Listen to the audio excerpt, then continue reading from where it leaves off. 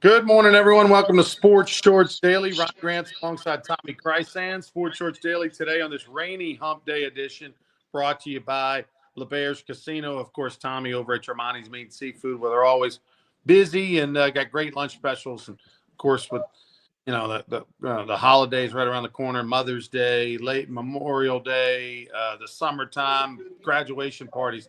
Make sure you get Tremonti's either to cater it or get you some great food over at Tremonti's. And of course, we're presented by LeBear's Casino.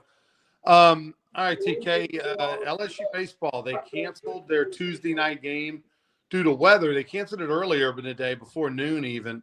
They were supposed to play Grambling, final midweek game of the year. They decided to bang it, not reschedule it, which is controversial. They're not the only one that does this. We'll talk about it. I'm not a fan for a lot of reasons I'll get into. They might as well not even play midweek games the last couple of weeks of the season, or if so, you need to find better team opponents to play, because this happens not at LSU every year, but it happens all across college baseball, especially in the big conferences where teams cancel midweek games towards the end of the season. LSU is third in the SEC, going into a gigantic series this weekend against Arkansas at home. Two of the best teams, not only in the league but in the country. Anybody at Arkansas or LSU has national champion expectations, and for good reason. Texas is number one in the SEC with a 19-5 record, 6 games to go, 4 games ahead of LSU. So Texas in the driver's seat. Arkansas is 17-7. Now, technically, they have a bet. They have the only chance really of catching Texas, because they won the series against Texas. So a tiebreaker goes their way. But Arkansas, of course, has tough ask on the road this weekend against LSU. LSU and Georgia. Georgia, of course, led by former LSU pitching coach of the 2023 national championship team, their head coach. They were both teams 15-9. LSU at home this weekend against the Razorbacks, and then on the road against Pulmonary for a 3-game series at South Carolina. Tigers probably going into that South Carolina series thinking they can sweep it, but for sure should win 2 out of 3 at the Gamecocks. So that's what this weekend means, Tommy, is, hey, if you can win 2 out of 3 against Arkansas, I think both you and I are in agreement that it sets you up. Just go win 2 out of 3 at South Carolina, and you're a lock of the week to be a top 8 national seed. I think there's still a path to be a top 8 national seed, even if you lose the series against Arkansas. But if you win it, it's a done deal. I agree completely, but it's not going to be easy. I mean, Arkansas just swept Texas, and Texas stayed number one. I was talking to David DeLucia the other night. He's like, "You ever seen a team get swept and stay number one?" I said, "I hadn't seen it," and of course we all pay attention to that. But Arkansas is very good. We know that. We don't. There's no secrets here. It's going to be take one game at a time. Got to get some pitching. Got to get those coin flippers to land on the right side when they come out of the bullpen, on to have a good outing side of the coin flip. And you got to bring the bats. I mean, the bats have been a little inconsistent the last 3 weeks. Some nights they're there, some nights they're not. That's in part due to who's pitching for the other team. And you're facing good guys. You're facing guys that are going to have a shot in professional ball, and some are going to get to the majors. But Jay Johnson knows the task ahead, and it's going to be Friday night, Friday 6:30, Saturday 5:30, Sunday 3 o'clock. There's Saturday, Sundays on the SEC network. That's the reason for the different times. And Ronnie, they canceled that game with Grambling. I think in part that was Grambling, whose budget's not real big, not wanting to drive down here and watch it rain. That's why they did it so early, I thought. And as it turned out, I don't think they'd have got the game in. But you have other thoughts. Well, my other thoughts is that LSU probably in the Grambling game agreed to pay their bus to have them come, and I would be willing to bet that LSU's paying them to not even come back. I mean, so this is what happens: is that Grambling is one of the worst teams in Division I baseball. LSU's got a number 9 power ranking right now, and they're one of the worst out of the 307 teams or whatever. If LSU were to play Grambling, win or lose, they're going to drop in the power rankings. Obviously, you would be catastrophic if you lost, as far as how far you would tumble. But even if you win the game, you don't stay at 9, you fall because it's so bad. But the takeaway is this: the human element is this. You were going to play 7 to 9 innings. there are players on this team that this is going to be the last 7 or 9 innings that they were going to get a chance to possibly a game they're going to be able to play in for the rest of the season, because many of these players aren't going to play in any, not even eligible to be on an SEC or postseason roster because they're not going to be on the roster. You don't carry 40 people on a postseason roster. I think you're allowed 27 or 28. I think 28, 27 or 28 is the number. So this was an opportunity for players to play, pitchers to pitch that would not probably play or won't play the rest of the year. This was an opportunity for fans who bought a season ticket for X amount of home games, and they're not going to get it. They're not going to make it up. This was an opportunity, for concessions. This is an opportunity for Grambling players to come down here.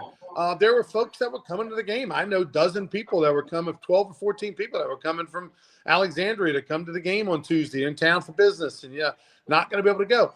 And listen, I don't blame Jay Johnson. It's the system.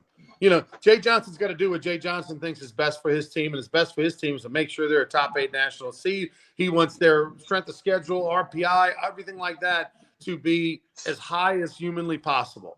And so his job is to dump the Grambling game because that's what helps him in this scenario.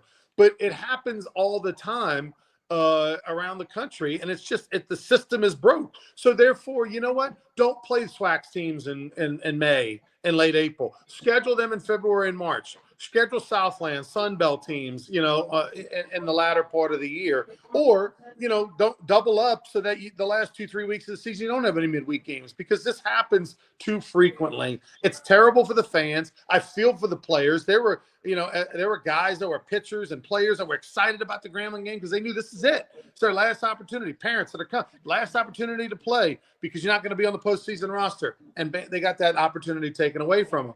And everybody's doing what they got to do.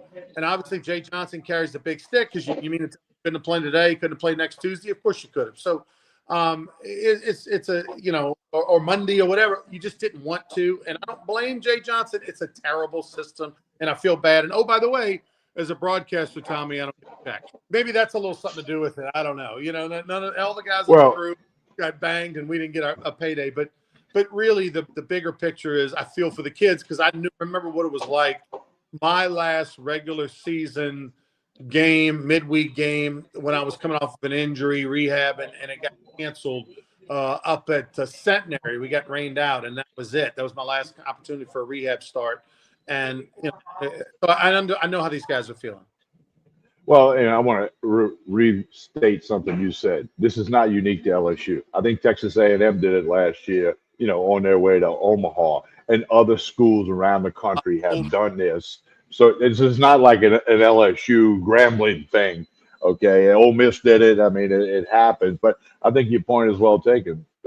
Schedule, the Raging Cajuns or the McNeese Cowboys or Nichols or Southeastern, in that last name. They're a little bit closer. They can wait a little later before they load the bus, whatever. But it's unfortunate for lots of reasons. I think you've said it well.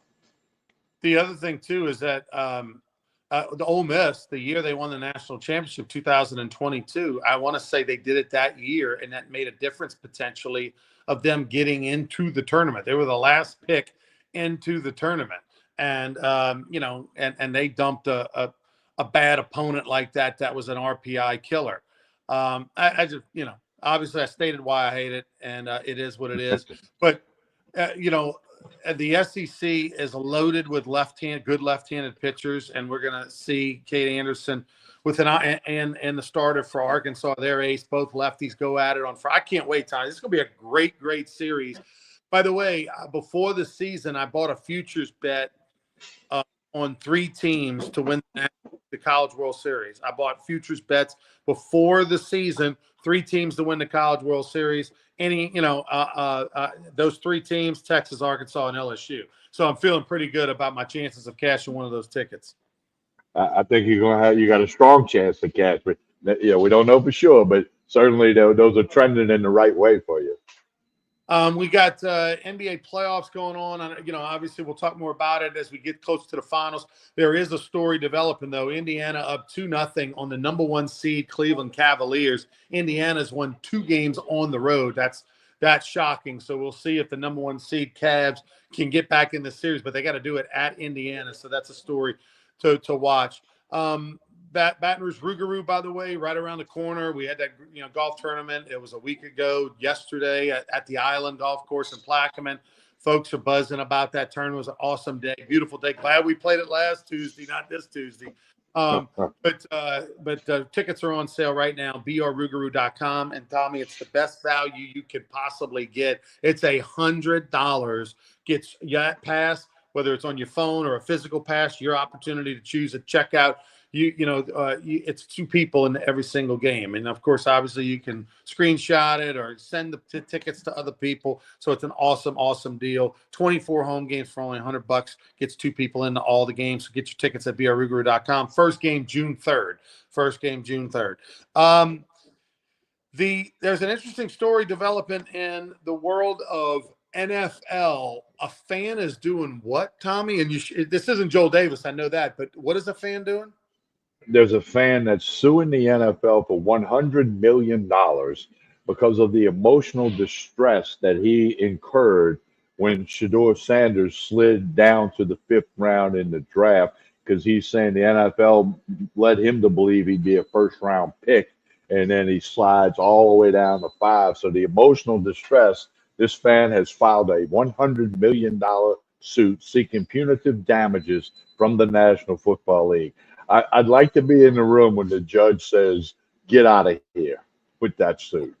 If anything says tort reform is needed, here you go. But speaking of Shedeur Sanders, another story on him: the fifth round pick of the Cleveland Browns. Remember, they took the quarterback from Oregon in the third round, so it's going to be a great battle. But he will not be wearing number 2 because that was taken by a player that was signed in the offseason. But he will be wearing number 12, at least in training camp. We'll see what all happens moving forward in honor of Tom Brady, he said. Of course, he wears 2 and has all this gold and jewelry with the 2 on it. Now throw a 1 in front of it.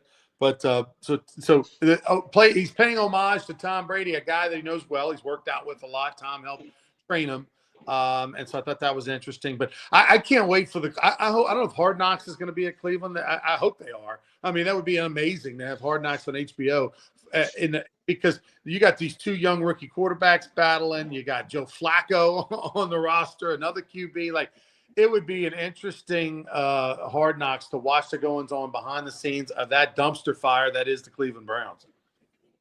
Yeah, that's a story. I don't know if they want all that distraction, but they need some attention. They got a bad football team, and the whole Shedeur Sanders story is what it is. And I'll say this: if I could, Shedeur Sanders doesn't care what I think, but this is what I would tell him: Hey, dude, go prove that the Cleveland Browns made a good choice by selecting you. Don't worry about the other 31 teams who did not select you. Go in there, put your head down, go to work. And the starting job is open according to all reports out of Cleveland. They got that other guy, that Kenny Pickett, that left-hander from Pittsburgh. He's in the quarterback room as well, and there's another guy.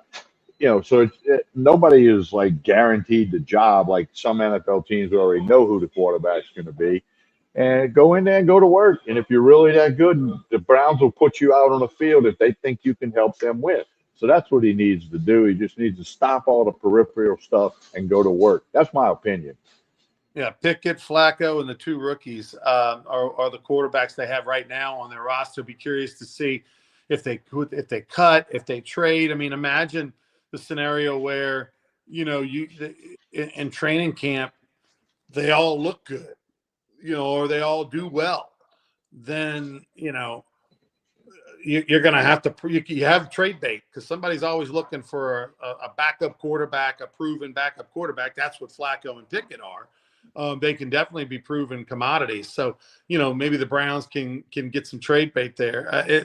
Because if you put probably those other guys on the practice squad, the rookies on the practice squad, they're going to get nabbed off the practice squad. So I don't know. It's just so entertaining and interesting. I guess Flacco probably on paper is the guy that looks to be probably dumped. Although he did play well in Spurs last year when they picked him up midseason. So I don't know what's going to happen. I will be watching with my popcorn for sure. Tell us about what's going on in the world of college football. Some big news, or at least one coach is making a big deal out of the salaries. Kurt Signetti of Indiana. Remember, they got in the playoff last year. They got run out, but they were in the playoff, for lack of a better word. His concerns about NIL and the transfer portal. His opinion, he states that there are 6 college football teams that will have a team payroll of approximately $40 million. It's all said that Ohio State spent 20 or 22 last year on their way to the national title. Well, the 6 teams that, in his mind, he thinks, and he's in that circle, is Texas, Texas Tech. Yeah, I said Texas Tech, Miami, Ohio State, Oregon, Notre Dame.